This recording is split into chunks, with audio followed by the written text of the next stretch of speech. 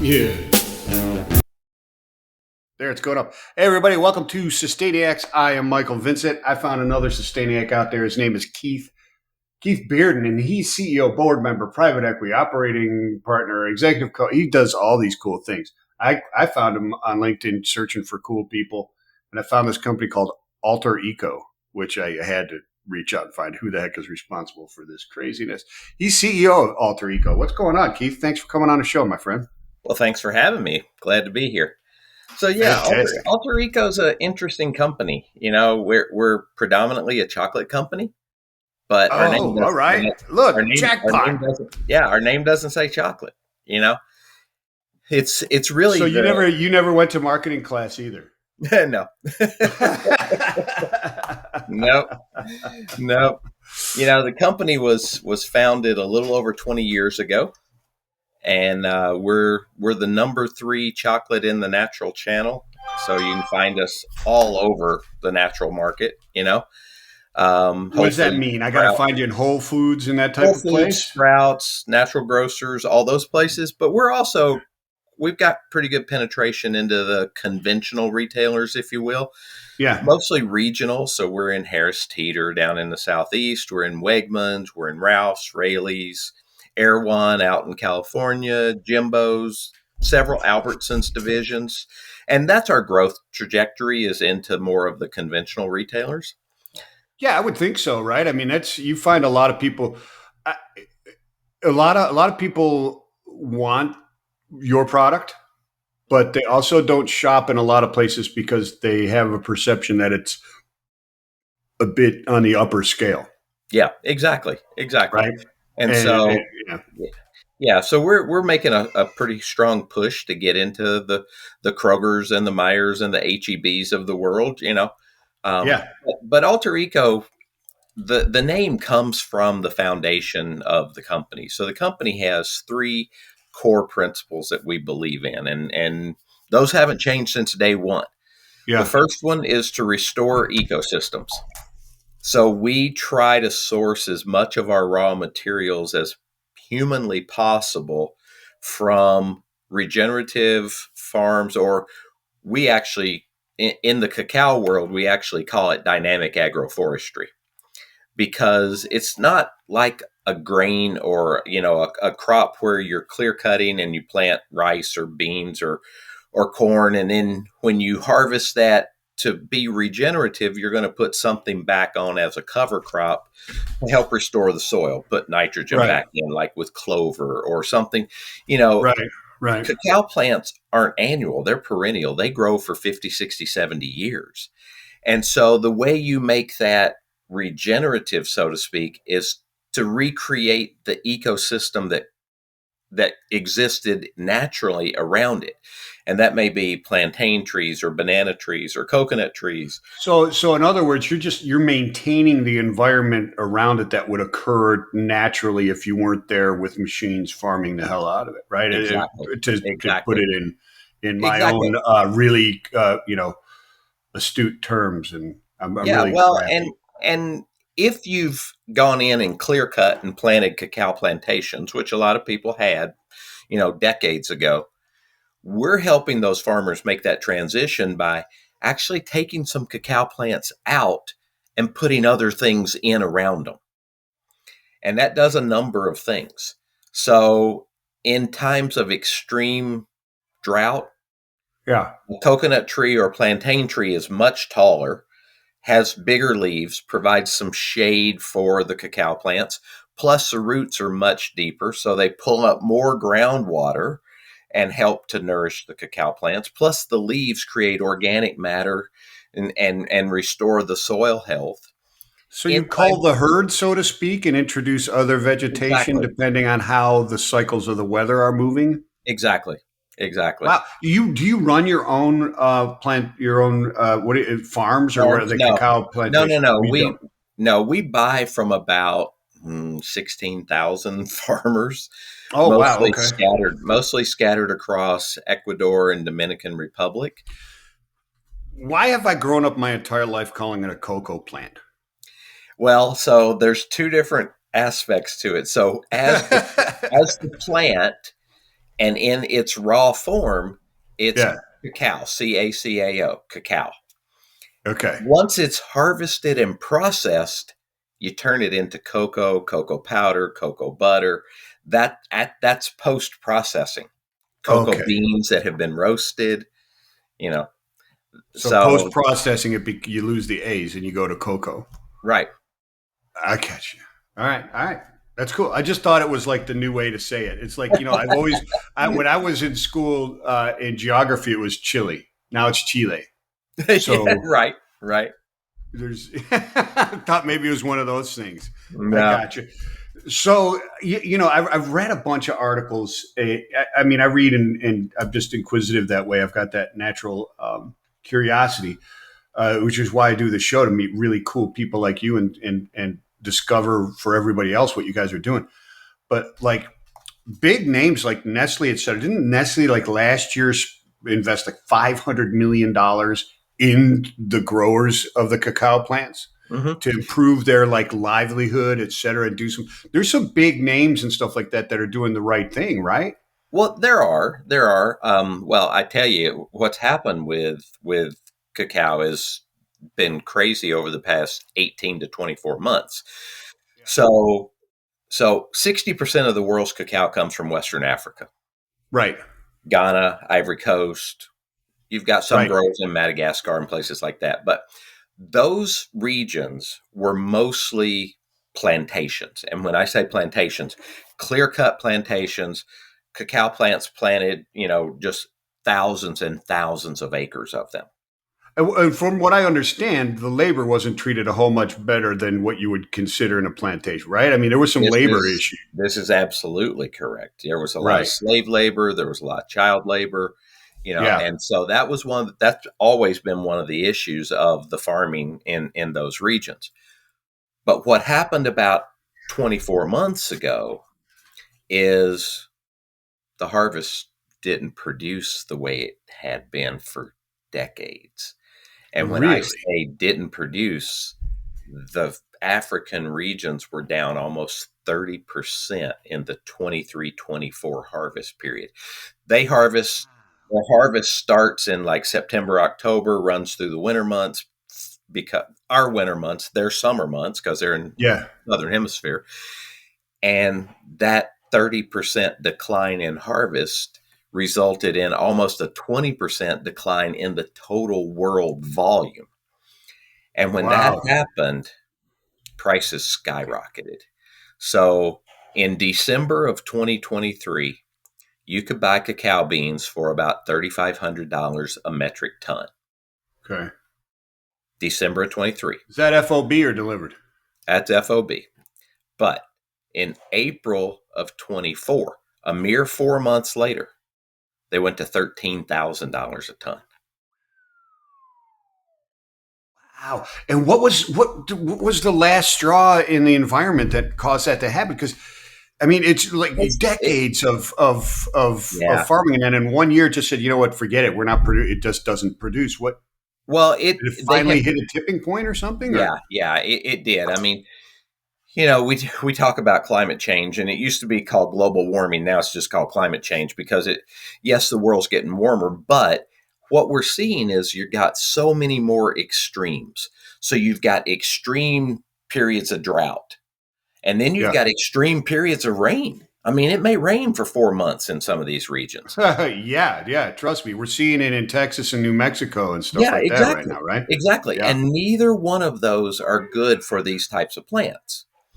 And yeah. so too much rain starts to cause mold and Mm, diseases. Too much drought, yeah. they don't produce. And so it's just been this combination and culmination of things. And then when the shortage started to happen, you can imagine with any commodity vehicle, which cacao is a commodity, all the speculators jumped in the market. Yeah, futures went through the roof. Yeah. Exactly. That's exactly what happened. And it hasn't come back down. But is that because they don't see enough effort, or is the story They not being told enough for them to It's a understand? combination of things. The yields still haven't picked back up, The Okay, so it's a 24, reality thing because a lot of times the markets react and stay there just because the sentiment doesn't change because the story's right, not told well enough. right. But in this case, yields haven't resumed or They rebounded. they rebounded some in 24-25 harvest, Mm-hmm. and you Mm-hmm. saw prices come back down around 9 or 10,000, and then it's a Yeah. commodity. I mean, it can shift $1,000 in one day. It'll drop from Yeah. Oh yeah. 9,000 Yeah. to For 2,000, sure. then bounce For right back sure. up. And most of the companies like Alter Eco and Nestle and Hershey's, and none of us pay spot prices. We negotiate pricing on an annualized Yeah. basis, and we pre-finance our farmers and things of that nature. But it's still, it's. I mean, you're Well, seeing you use the instruments for hedging, we or you don't don't. need to No, we because you got negotiate. contracted. So we have contracts with our farmers Yeah. that Yeah. are renegotiated on an annual basis. I mean, they have Yeah. to. So you don't have to hedge. You've got it locked in anyway. Yeah, we can't expect them to sell to us cheaper than they can sell on the open market, but yet they want to remain connected to us. All of our products are organic, they're Fair for Life certified, they're non-GMO. And these farmers know Does that that have? Now, tell me the truth. Don't lie to me. Okay, no, I'm just there's kidding. never. I hate that statement. Now, tell me the truth, or if I'm being honest, like those are. But no, does that have anything to do with it? You always see these arguments, right? Organic, not organic, and stuff like Mhm. that. There's even arguments like out in California that the non-organic or the organic farms are actually cause more use of pesticides and more use of things because they're bordering others and the diseases and things that might happen bleed over and stuff like there's all kinds of crazy arguments both both ways. Does that have anything to do with the yield, the adoption of those methods? And is it just a lull that we have to learn better? You know what I'm saying? Sometimes you have to. Is it sausage? Are we watching sausage being made where we come out the other side and we just got a better, more sustainable product, but we go through a period of maybe some disruption, a little bit type of thing? I guess is what I'm asking. Yeah, I mean, in our world, most of our farmers have been organic from day one because Okay. number one, they can't afford to go out and buy herbicides and pesticides. Yeah, they're not big corporate farms, right? Gotcha. Exactly, exactly. Okay. But if you look in the California Valley, and Central Valley and regions like that, there is a big issue with organic farms being beside non-organic farms because you've got drift, you've got a lot of the organic pests, if you will, like ladybugs and things of that nature that eat aphids and whatnot, that actually help protect the crops. They go over into the conventional farms, and there's not because they're farming with pesticides and herbicides, they don't have the raw materials. They don't have the food supply Yeah. because Yeah. they've killed all the aphids with the pesticides. So then they start eating the plants, and Yeah, so right. This is what I'm talking about. There's yeah, these unintended consequences that are happening exactly, because they're side by side, right? exactly. But I mean, at the end of the day, I think most people would prefer a product that's raised or harvested without chemical pesticides or chemical herbicides. Yeah, yeah, I think so. I think so. I think if the, I mean, you have the other sides that say no, you got to use them, otherwise half the world will die of starvation and all this other kind of stuff. There's arguments on both sides. I agree with you. I think But the majority of the there people would say, look, are, if everybody could be good and stuff, then why have the pesticides? But it's a necessary evil. Is there anything to that argument? well, at the end of the day, Yeah, feeding the world is not about volume. It's about distribution. it's about logistics, right? Exactly. Yeah. Exactly. We can't get the food to the people that need it the most. Uh huh. Uh huh. I Uh huh. mean, we fought this for decades, if not centuries, in Africa because they can't get the food to these people. Well, that I've met a lot of people, and I have friends that do a lot of mission work in in South Africa, building schools, education on farming and that type of stuff, and a lot of religious, evangelizing the word of God, that type of stuff as well, mission work that people Hmm. might think of as what mission means, but it doesn't necessarily mean that. There's a lot of other work, and the idea that it is an incredibly ripe blue ocean of opportunity for infrastructure investment Hmm. just keeps resonating and resonating because that's half the issue. You can get It is. anything to move from one Absolutely. place to the other. Absolutely. It's infrastructure. It is education and training. It, Sure. but I mean, it's availability of water. It's availability of proper storage mechanisms once the food's grown and harvested. Then it's a Right. matter of distribution to the people. I mean, we're spoiled in the United States. I mean, you can go 2 minutes down the road and get almost anything you want. You know, we have a distribution network. I lived in Europe for almost 12 years. You have a distribution network in those countries. The Hmm. areas of starvation and suffering in the world isn't caused by lack of availability of food. We grow enough food to feed the world. Food waste is a big issue, especially in the United States. About Oh 30% yeah, for of what sure. we produce goes to waste. Yeah, but that's a different. In my mind, the causation of that is different than in like Africa. It's like Oh, there's for not sure. enough. There's plenty of people who eat it. You just can't get Yeah, it to them. In the exactly. United States, it just goes to waste because people are like, yeah, I'm full. Yeah, exactly. you know, Exactly. Yeah. yeah, Yeah. crazy. It's Yeah. crazy. So so how do so you guys source just from the farms that do these practices? How is it that you guys are supporting that? You talked about how you support it in your farms and that type of stuff, but you don't operate those farms, right? So Right. how's that interaction look? Do you So investigate them? Is there yeah, go ahead. yeah, so it's a combination of things. We all of our chocolates are manufactured in Switzerland. So we have a fantastic manufacturing partner in Switzerland. The Why are Swiss, the Swiss so good at manufacturing chocolate? they've been making chocolate for 450 years. Yeah, but why is it? The Mexicans were doing it before that. Yeah, no, you're right. but You're right. Mexico City is not the chocolate capital of the world. The No, Swiss are. Switzerland is. Switzerland and Yeah. Belgium. And last I checked, the Swiss did not invade Mexico and steal their chocolate secrets. At No. least I missed that class in history. Yeah, no. They've just continued to perfect it and Yeah, it's like anything. You build a body of knowledge and it just continues to propagate. And yeah, so some of the best Swiss manufacturers are within 10, 15 miles of one another. They yeah. and you develop this skill set of, master chocolatiers and these guys are good at it. They know what they're Do they doing. And have do they have nefarious characters like what was his name in Charlie in oh, Slugworth? Willy Wonka. Yeah, like Slugworth. Did they have like industrial spies? Probably, you know, but the methodology is really the same everywhere. It's just, they've perfected the art of chocolate manufacturing, and most of the bigger players there go from bean to the finished product, so bean to bar, so to speak.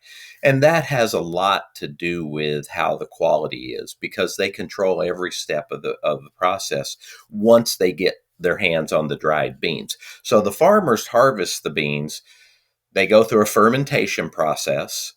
And Hmm. so when they come out of the pod, they've got this little slimy coating on the beans, and it's actually Hmm. really tasty. It's very, very sweet. And that's what causes the fermentation. So you put them in these big, huge boxes. Okay, so it's got a sugar that will It's got a ferment. sugar that eats itself, a natural sugar, and it Yeah. ferments the beans. And then they lay them out and dry them. And then that's when they bring them to the manufacturer. So we bring the dried beans from Latin America to Switzerland, and then beans get roasted just like coffee beans do. A specific time, temperature, pressure roasting process. And then once the beans are roasted, the only thing we want from a chocolate perspective is what they call the nib inside, the cocoa nib. So you Yeah. crack that bean open and take the nib out. And then it goes into the production process, which the first step is a step called conching. And it's really, think about a grist mill. You're taking grain and you're grinding it and making a paste or a flour out of it. Hmm. Well, Hmm. cocoa nibs have liquid in them They have a water content. And so when you're grinding them, you create a paste. And Okay. so you're creating this paste. And the longer you conch it, these conches are huge. They're 5,000, 10,000 Yeah, gallon yeah, yeah. vats.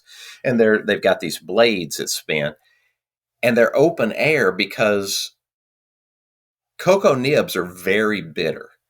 And a lot of what's bitter about it is the aroma, the acidity and the aroma. So you, as you're conching it, this aroma is escaping the top of these conches, and the Yeah, longer you conch it, the more of that bitterness you get out of it. So I got you. we have a bar called Total Blackout. It's 100% cacao, and you can actually Oh, eat it. It doesn't taste bitter. It doesn't taste like baking chocolate. It's very smooth. It's yeah. I remember the first our time I number stole one some of my mom's baking chocolate. I was severely disappointed. seller. It was awful. Yeah. Our Total Blackout's actually our number one seller. Really, and it's not even. Is it considered cocoa or it's just straight cacao? It's cocoa at that point because it's been processed, and Okay, it's got a little bit of sugar in it, but it's 100% cocoa beans. That we don't put any other cocoa butter or milk fat or anything like that in it. It's just pure cocoa.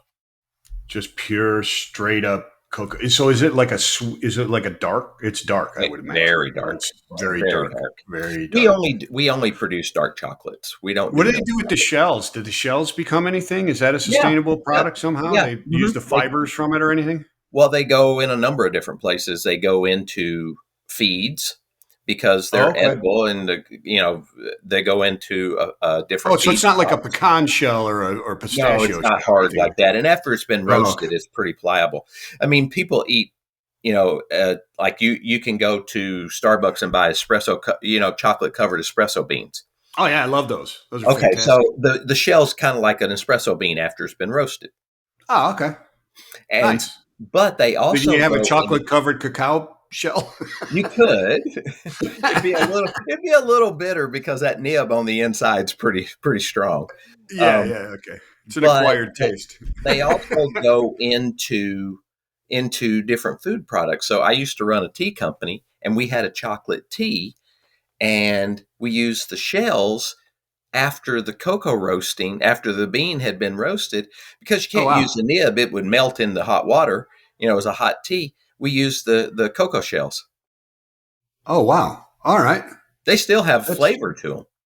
yeah, yeah, yeah, yeah, yeah. Yeah. How interesting. How interesting.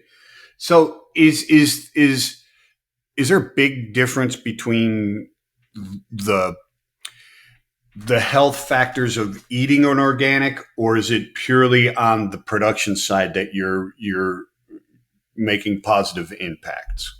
I wouldn't say there's huge health factors in the difference between organic and non-organic. Okay. There's big health factors between dark chocolate and milk chocolate. Oh, Huge come health on, man. factors. Oh, So milk chocolate's actually better for you, right? no, no, no. Oh, come on, man. That's I like the. I got to find some. That's it. We're not recording anymore. No, I'm just kidding. No, you can read about the health benefits of dark chocolate, and they're serious. I mean, it's a Well, there's far healthier. less fat in it, right? Is that Well, right? there's far less fat in it. It's got some polyphenols in it that are good for you. It's got some antioxidants in it that are good for you. If you want an indulgent treat, eat a dark chocolate. And if you want It's a really actually good not bad indulgent, for you. you want a really good indulgent treat, eat an Alter Eco dark chocolate. There you go. Or blackout. Is Yeah. blackout like even better? Oh, it's yeah, absolutely. From a health perspective, it's the best. Oh wow. But I Oh mean, wow. Wow. we make all kinds of. We have 26 or 28 different bars, something like that, different flavor Oh profiles. wow. Oh okay. Cool. We have orange and raspberry and almond and creme brulee, and I mean, we have some very indulgent ones too. We make a creme brulee truffle thin, and then we make truffles. I should Ooh. have one here to show you, but we make these little bite-sized truffles, Yeah. and they're absolutely amazing. And I bet they are. back to I the back to bet. the three core principles that we live on. I said restoring ecosystems. The second one is improving livelihood. So we pay our farmers a fair for life wage. And then the last one's reducing waste. And so our little truffle wrappers are actually certified backyard compostable. Oh, backyard compostable. Backyard, not I can go industrial. bury them in my. I can go put them in my compost pile. Absolutely. Okay, so that's cool because a lot of people don't understand that. It says compostable, but you have to. It's industrial. It basically has to be handled just like plastic, Exactly. right? Exactly. Doesn't do anything. Oh, It doesn't really do anything for you. ours are backyard compostable. They're certified Yeah. by a group out of Austria called TUV, and so the wrapping is actually called NatureFlex. It's made from corn, and it's in about you put it in your compost in about 30-40 days, it's gone. Wow, but its performance as a wrapper to keep your stuff fresh for a period of For a time year. is good for a year. So it's still wow. See, because that's the hardest thing. We can make all kinds of things that are compostable and out of recycle, but it's the performance that's just not there. You have to have the Well, integrity of the performance of the material, right? exactly. And to that point, we have a line of granola as well. So we created a line of granola about 4 years ago. Granola has become almost 20% of our sales. Oh And wow, our granola is no sugar added. We sweeten with monk fruit and dates. And so it's a wonderful product, but we've been looking for compostable packaging for it. And the performance and product integrity just isn't there yet. yeah. Because if we used sugar, it would probably be okay. But fruit tends to go rancid a lot faster than cane sugar would. Oh, okay, okay, Plus the oats, you want the oats to stay crisp and and not yeah. get kind of soggy and stale and whatnot. And it's getting better. It's getting better. Hmm. We're constantly evaluating it. But Yeah, we use plastic in our granola, but we use post consumer recycled plastic. So it's yeah. already Nice. been through the process once. Yeah, yeah, and that's fantastic because that is, I mean, that's a key, and it.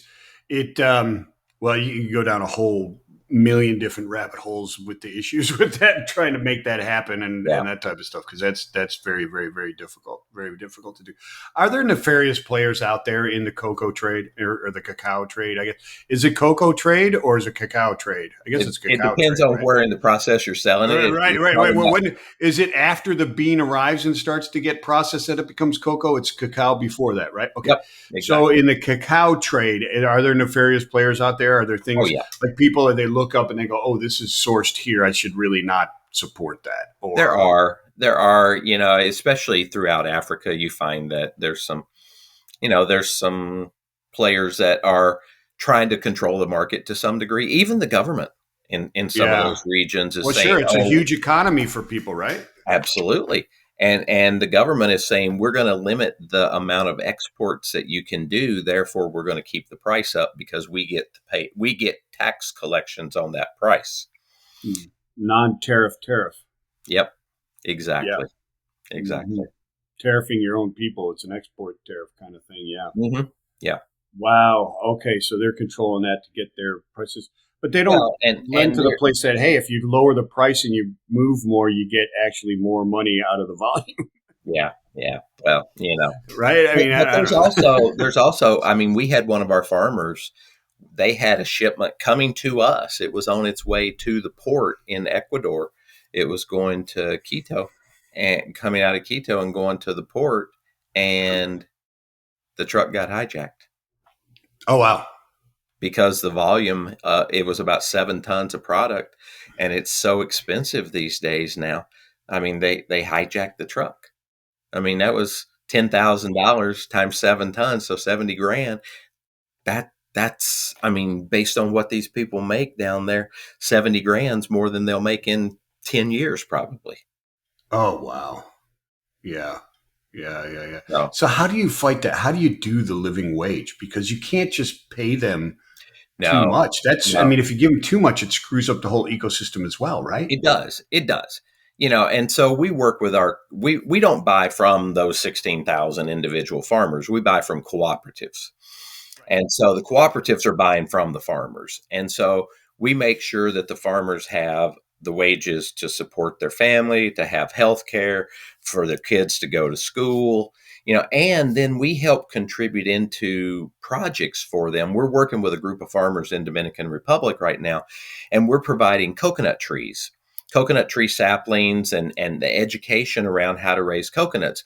Because if you think about plantains, bananas, coconuts, avocados, guavas, limes, whatever, that not only helps protect the cacao plants and create this ecosystem, it also gives the farmer another revenue stream.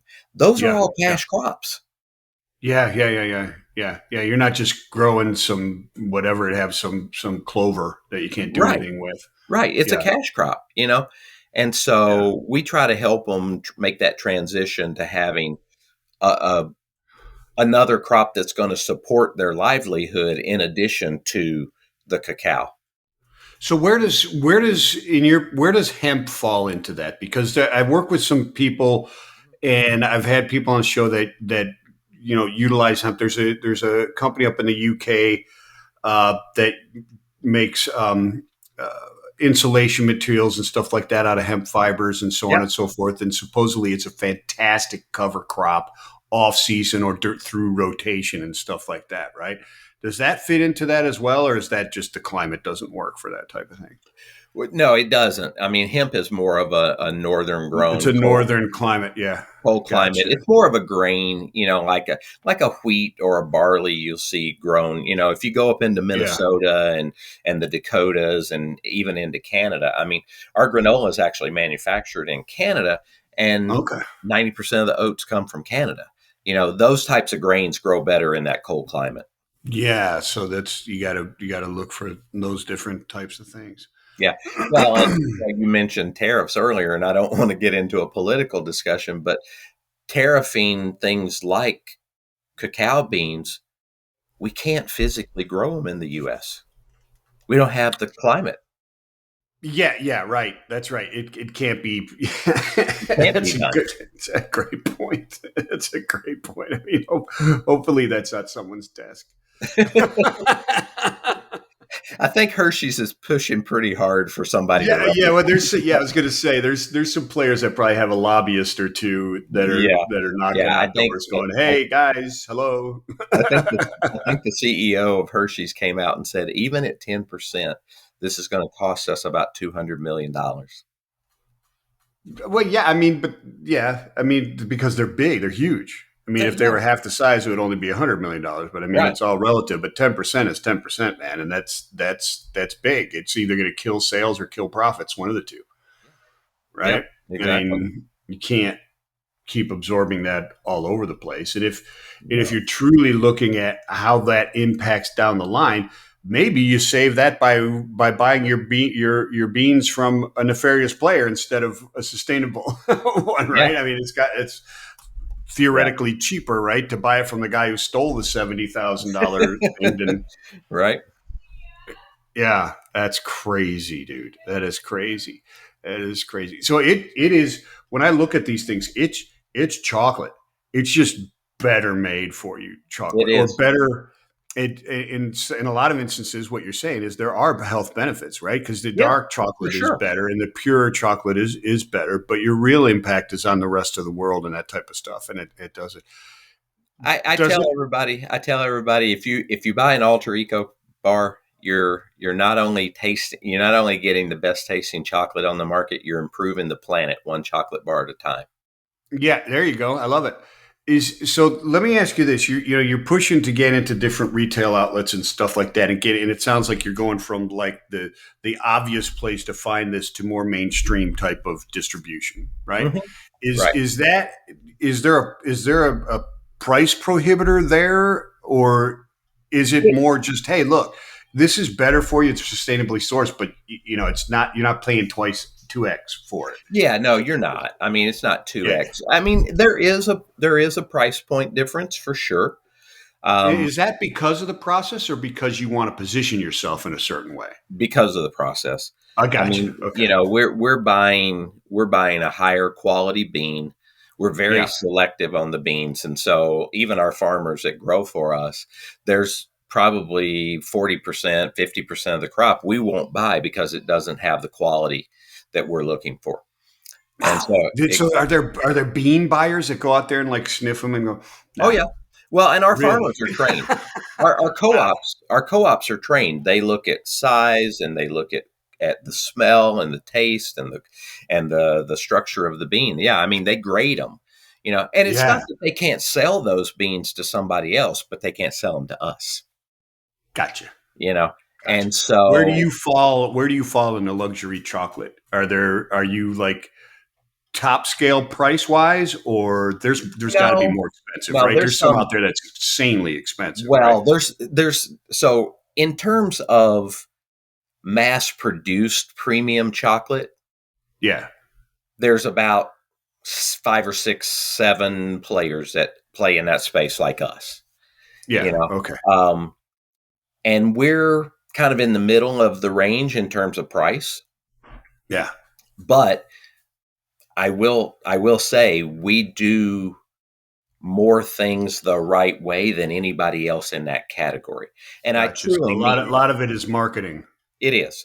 So Yeah. Telling you know, a story that may not necessarily be. Yeah. yeah, I mean, we're B Corp certified, have been since Hmm. 2009. Oh wow. Okay. We're climate neutral. We're plastic neutral. We're organic. We're Fair for Life certified, which is a step above fair trade, even. Wow. I mean, we literally do everything the right way, or try to anyway. Yeah. And we publish this thing called a regen report every year, which ours just went out a couple weeks ago on our website. And you can Yeah. go look at that regen report, and we show everything that we do. We're transparent in everything we do. 75% of our cacao beans in 2024 came from farms that are practicing dynamic agroforestry or regenerative farming. Our goal is Wow. 100%, and we'll get there, but we're already to 75%, and we're helping those farmers make those conversions. And do those? Let me ask you. Do those conversions? Do, do they improve the grade of the bean? They absolutely do. Yeah, it would seem like they would, but we didn't cover that. So the changing to that methodology may reduce volume, I suppose, It maybe, does or does reduce it do volume both? because it does Does it? reduce volume because you're taking plants out. If you imagine if you've got a row of 50 plants, you won't put Yeah, trees in around it or vines and things. You got to take some out to make some room. But gotcha. but once those other crops come online, number one, you've got the revenue from them, and most Oh of yeah, them there are other cash crops, right? Yeah, exactly, and most of them will mature in 4 to 5 years and start to produce cash. But the beans that are coming out of the cacao plants that are still in that system are much bigger, much better, higher quality. So so they're going to you're improving your OR on the remaining absolutely, crop that's there. How are they hand picked? I mean, yeah. they climb up on ladders and pick it, put it in a basket, and Well, walk cacao on. plants don't grow very tall, Oh, so okay, I they're didn't know they're that. only about 7, 8 feet tall. Oh, all And right. so they'll have a little stool with them, or they'll most of the time you can reach the pods because the pods are about Yeah, so big and they're heavy, and so they just reach up, and they're really more like a. There's a tree in like the a south. bean pod. Yeah, it's a bean pod, but they're Oh big, wow. and Yeah, each yeah, yeah, pod yeah. has on average about 40 beans in it. Oh, okay. And then the pulp inside of that, they use that for feed and things of that nature in Latin America. It doesn't transport. It's a very fleshy, you know, Yeah, so it yeah, doesn't yeah. transport well. But they use it. They upcycle it, in the farming regions. How cool.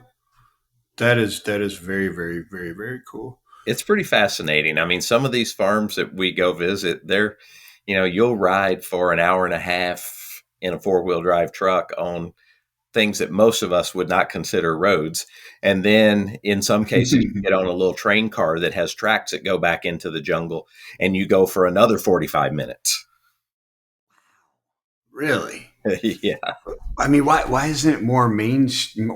Why so far? Just the way it is. It's just the way it is. These farms have been. I visited one of our farmers, and he was in his mid 60s, and he had inherited the farm from his dad, who was in his 90s, and his dad was still there helping him with it. And and the average size farm in Latin America is 12 acres. Oh wow, yes, these are small guys. Yeah, these are Yeah. just family farms that these people have grown up with. You know, Wow. Wow, wow, wow, wow, wow, wow, wow. So Latin America's pretty big they're they're cacao production. they're pretty much the other 30%, and then there's 10% in a few regions. Yeah, so you You'll got have West some, Africa, Latin America, and then here or there then some a stuff little spread bit out around. of Indonesia, or some Yeah, areas yeah. like that, but it's all very, very, very tropical. Yeah, it's close to the equator type of Right around the equators where everything right on the grows. equator. Interesting. Very, very interesting. Very, very cool. So you guys make other stuff other than the chocolate though, but that's your main, Chocolate right? is about 75% of our sales, and granola. How did you get into the So chocolate? I mean, I'm looking at your background here and I mean you went from Austin P to chocolate. But I mean, probably yeah, a number of a years in lot of between steps those. But along the way. A lot of yeah, steps along the way. yeah. Now, it's funny. I never intended to be in food and beverage, but my wife and I were living in Portland, Oregon, or just outside of Portland, and I decided to open up my own consulting company, and predominantly helping companies figure out the IT landscape, because my original background is IT. Yeah. And Yeah. So I'm looking at here. I'm like, yeah, okay. well, and so if you know anything about the Pacific Northwest entrepreneurial landscape, there's tons of small food and beverage manufacturers all over, Oh, really? all over the Pacific Northwest. A lot of them are spin outs from Starbucks, but you've got others like Dave's Killer Bread is headquartered in Portland. Yogi Tea is there, Stash Tea. You've got a lot of again, spin outs from Starbucks and other Boyd's Coffees there. Oregon Yeah. Naturals is there. And so I started this consulting company, and almost all my clients were food and beverage. And it just kind of Okay. sucked me into that world. And then the guys at Yogi Tea asked me to take over their international operation and help them grow that business. And so I sold my consulting business and moved to Europe and ran Yogi Tea International for little over 6 years. And I've been in food and beverage ever since. And the way I got into chocolate was I met one of the partners of a private equity group out of San Francisco that owned Alter Eco. And Okay. they asked me to join the board of Alter Eco. And so I was on the board. And then in 2023, the private equity group decided they were going to sell Alter Eco. They had owned it for 7 years. Like most private equity groups, they flipped the asset. Yep. And so they decided they were going to sell it. And I believed in the brand so much and what we were doing that I raised my hand and said, I'd like to buy it. And Oh, wow. so And met, voila, I met some modern guys. day Willy Wonka. Yep, exactly. So That is a fantastic story. I absolutely love it. So is it altereco.com? Should people go there or should they just go to the store and buy no, it? I we sell mean, online. It's actually you do. alterecofoods.com. Alterecofoods.com. Gotcha. You can find us on Amazon. You can find us on our website. Um, and Instacart, almost any place that you can. I mean, you can buy us just about anywhere. That is fantastic. So are you the ingredients to anybody or are you just We're strictly finished goods. okay, We gotcha. don't we Gotcha. don't do ingredient sales.